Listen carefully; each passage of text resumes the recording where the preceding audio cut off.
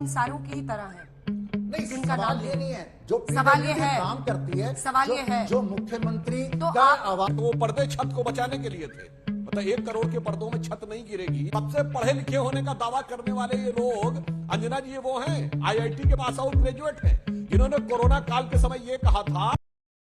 आप सभी को राम राम। आप सभी का स्वागत है आज की नई वीडियो में। तो आज की ये डिबेट सुधांशु त्रिवेदी जी और आम आदमी पार्टी के समर्थक के बीच में होने वाली है और चर्चा का विषय है सीएम आवास पर खर्च किए गए 45 करोड़ रुपए। इस पर आम आदमी पार्टी के समर्थक का ये कहना है कि दूसरे सीएम कर रहे हैं इसलिए हम भी कर रहे हैं, पर ये वही आम आदमी पार्टी है जो दूसरों को चोर और अपने आप को कट्टर ईमानदार बताती है।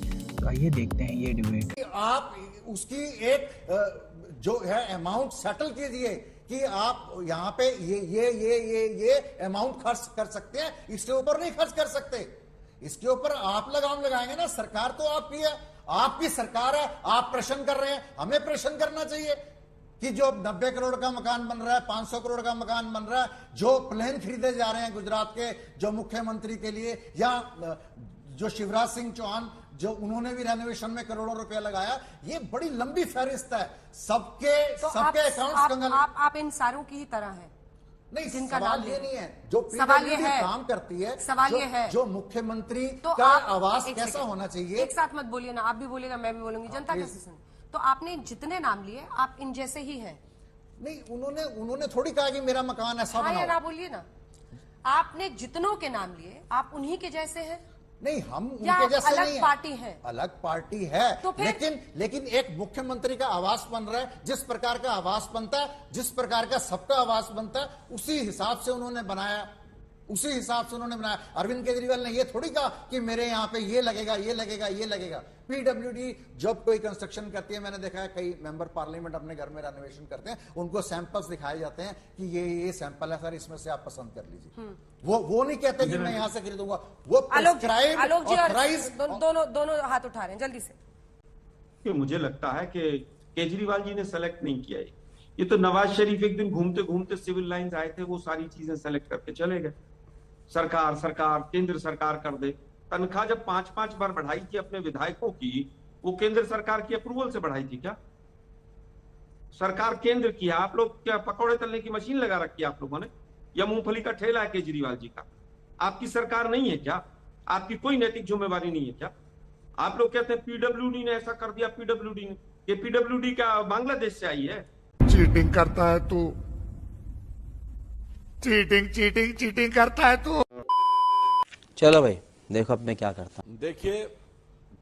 देखिए विषय से डाइवर्जन साफ दिख गया कि उनके पास इसका कोई जवाब नहीं था। मैं सिर्फ ये पूछना चाहता हूं, छत गिर रही थी तो वियतनाम से टाइल्स मंगाने की क्या जरूरत थी? हैंड वुवेन जो वो है कालीन, उसकी क्या आवश्यकता थी? 1 करोड़ रुपए के पर्दों की आवश्यकता, वो पर्दे छत को बचाने के लिए थे। मतलब 1 करोड़ के पर्दों में छत नहीं गिरेगी, और वियतनाम से टाइल्स इसलिए लाए गए कि छत गिरेगी तो उसके ऊपर प्रभाव नहीं पड़ेगा। मान्यवर, मैं पुनः कहूंगा परमिंदर जी, थोड़ी सी कॉमन सेंस से बात करनी चाहिए। आप प्रधानमंत्री जी की गाड़ी की बात करते हैं, वो गाड़ी क्यों होती है आपको पता है? सिर्फ वो बुलेट प्रूफ नहीं होती है, वो उस ढंग की गाड़ियां होती है कि अगर वहां पर बम विस्फोट भी हो जाए तो वो उसके अंदर बचे रह सके। बाहर कितना टेम्परेचर हो, आपने कभी सिक्योरिटी डील के बारे में पढ़ा ही नहीं। यही है, ये बिल्कुल सबसे पढ़े लिखे होने का दावा करने वाले ये लोग, अंजना जी ये वो हैं, आईआईटी के पास आउट ग्रेजुएट हैं, जिन्होंने कोरोना काल के समय ये कहा था कि अगर वैक्सीन बनाने का फार्मूला सभी कंपनियों को दे दिया जाए तो फटाफट वैक्सीन मिल जाएगी। इतना बेवकूफाना बयान तो बेपढ़े लिखा कोई व्यक्ति नहीं देगा कि वैक्सीन का फार्मूला कोई चूरन का फार्मूला नहीं है कि कोई भी बना लिया जाए। और यह बात मैं इसलिए जिम्मेदारी से कह रहा हूं कि पैरासीटामोल जैसी बेसिक मेडिसिन अमेरिका ने हमसे आयात की थी, वो अपने यहां किसी कंपनी से बना सकता था। फार्मास्यूटिकल के लिए जो कंपनी के एक अलग व्यवस्था होती है, रॉ मटेरियल बनाने की एक प्रक्रिया होती है, उसका एक लाइसेंस होता है, सब नहीं बना सकते। ऐसी बचकानी बात कहने वाले लोग आज कह रहे हैं प्रधानमंत्री जी की गाड़ी। अरे क्या तुलना कर रहे हैं भाई? हम तो आपके पास तो लॉ एंड ऑर्डर तक का चक्कर नहीं है, तो आपको तो कोई इंस्ट्रूमेंट लगाने की जरूरत ही नहीं थी किसी चीज के ऊपर कुछ करना हो। इसलिए हम सिर्फ कह रहे हैं, आप ये बता दीजिए, अच्छा वो अन्ना वाले केजरीवाल जी सही थे? कितना बदलेंगे? पहली बात, राजनीति में नहीं आऊंगा। दूसरा, सारी संसद चोर है। शपथ खाता हूं बच्चों की कसम की कभी कांग्रेस से समर्थन नहीं लूंगा, वो मुझे चाहिए जन लोकपाल, वो गायब हो गया, वो वैगनार गाड़ी भी गायब हो गई, मफलर भी गायब हो गया जनाब, उसके साथ साथ आपका जो ऊपर चढ़ा हुआ मुखौटा था वो भी गायब हो गया। परंतु मैं अब एक आपसे बात कहता हूं, आपने तमाम मुख्यमंत्रियों की बात कही, सेठी साहब इसमें से एक मुख्यमंत्री बताइए जिसने कहा हो कि मैं मुख्यमंत्री आवास मुझे नहीं चाहिए, मैं 2 कमरे के फ्लैट में रहूंगा। बताइए किसी का नाम, किसी ने ऐसा नहीं कहा। चलिए, मुख्यमंत्री आवास जर्जर था, तो अब मैं पूछना चाहता हूं कि इस समय में आपने मुख्यमंत्री आवास अच्छा बनाया, कोई बात नहीं, ठीक है साहब, मगर बताइए दिल्ली में कोई एक अस्पताल बताइए जो आपके जमाने में बना हो। लगभग 10 साल से आपकी सरकार है, 2013 में आप सत्ता में आ गए, एक 6 महीने का राष्ट्रपति शासन छोड़ देते।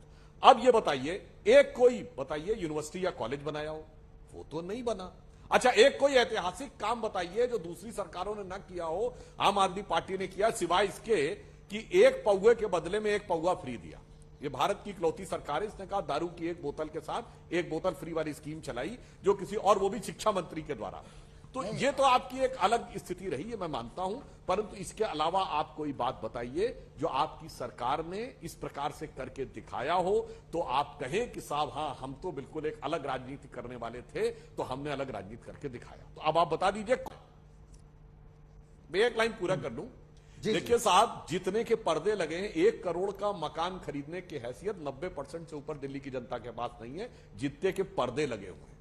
इसकी आवश्यकता थी किस मुख्यमंत्री को, मैं पुनः कह रहा हूं, जो दिखाता है कि मैं हाफ टी शर्ट पहनता हूं, ये 10 रुपल्ली वाला पेन लगाता हूं और टोपी पहनता हूं, मुझे चाहिए जन लोकपाल। ऐसी टोपी पहनाई जनाब जनता को, ऐसी टोपी पहनाई, क्या वो टोपी पूरी तरीके से सामने आ गई। और मैं एक और बात कहूंगा जनाब जी, एक सीरियस बात, आम आदमी पार्टी से अलग हटके देखिए, ये देश की जनता के लिए भी एक सबक है कि ये जो अचानक नए नवेले लोग आकर कुछ भी प्रॉमिस करने लगते हैं, तो बहुत सोच समझकर जांचने परखने के बाद निर्णय लेना चाहिए। अन्यथा जो बात अभी आलोक जी ने कही थी, मैं एक बात ईमानदारी से कहना चाहता हूं, पिछले 30-40 वर्षों में आप देखिए, जो लोग आंदोलन के नाम पे आए, राम मंदिर आंदोलन को छोड़ दिया जाए, वो सब लोग बाद में बड़े अजीब टाइप के भ्रष्टाचार में निकले। वीपी सिंह जी के साथ जो पार्टियां आई जनता दल की, लालू प्रसाद यादव जी, मुलायम सिंह जी, उसी से निकले थे।